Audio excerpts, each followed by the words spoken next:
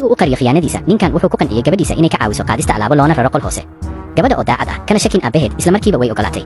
waxay qaadeen sanduuq weyn oo u dhaadhiciyeen qolka hoose laakiin daqiiqada xigtay gabadhu ma aysan filayn in qol qarsoon uu ku jiro qolka hoose qol ayaan marnaba ogeyn inuu jiro inkasta oo ay la yaabtay haddana weli kama shakin in aabaheed waxyeelo u geysan karo laakiin wixii xigay waxay noqdeen riyadii ugu xumayd nolosheeda 20 sano oo sidii ah ayaa halkaas ka bilowday maxaad samaynaysaa aabe maxaad samaynaysaa ayay ku qaylisay albaabkii ayaa la xirtay markaas lisa weli ma fahmin waxa dhacay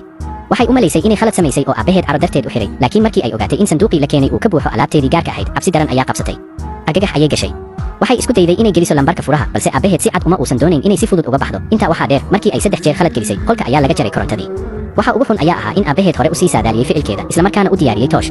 laakiin markii ay shiday tooshka si lama filaan ah ayay u aragtay marin hawadeed markii aabahu maqlay codka wuxuu dibadda ka daboolay marinka tuubada buste dabadeedna qashin ayuu dusha ka saaray si aan cidna u ogaan maalintii afraad gabadhu mar kale ayay maqashay dhawaaq albaabka ka imanaya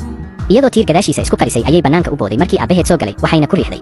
waxay u malaysay inay ka baxsatay gacanta shaydaanka balse waxaa soo baxday in albaab kale oo qufulan uu banaanka yaalay ficilkaas ayaa si buuxda u caraysiiyey aabaheed wuxuu si tartiib ah ugu soo dhawaaday lisa maalmo kadib maqnaanshaha lisa ayaa hooyadeed walwalgeliyey waxayna wacday booliiska markii ay booliisku yimaadeen oo baaritaan sameeyeen ninku si cad ayuu u sheegay in gabadhu muddo dheer rabtay inay ka cararto waalidkeed isla markaana maqnaanshaheedu uu ahaa mid hore loo qorsheeyey maadaama aan caddayn jirin kiiska waxaa loo arkay maqnaansho caadi ah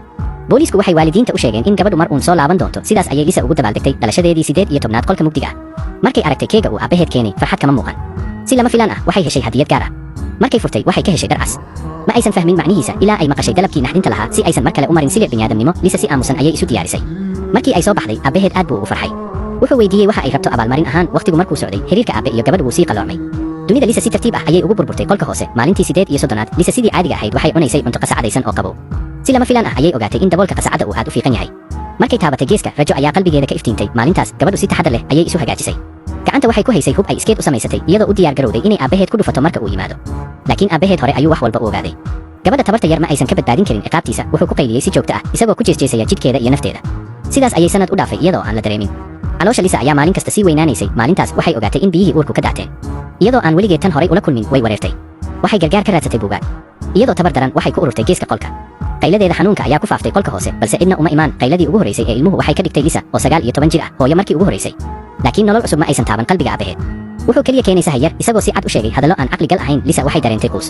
iyadoo madaxa hoos u foorarsan ayay sahayda kala socday markay aragtay mindi miro geesinimadii hore kama aysan dareemin waxay fahamtay in wax walba ay ugu dambayn noqon doonaan wax aan faa'iido lahayn 4 sano ayaa dhaaftay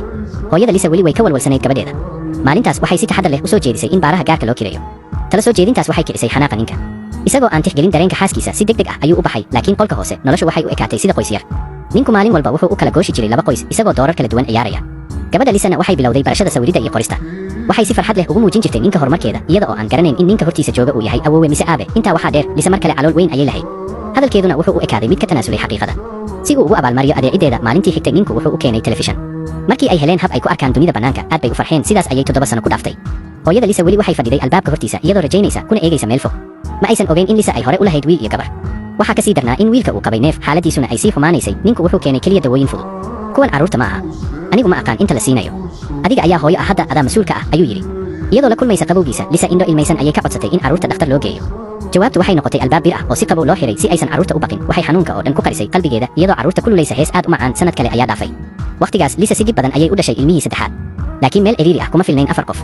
waxay soo jeedisay in ilmaha saddexaad kor loo geeyo si hooyada loogu qalbi qaboojiyo ilmahan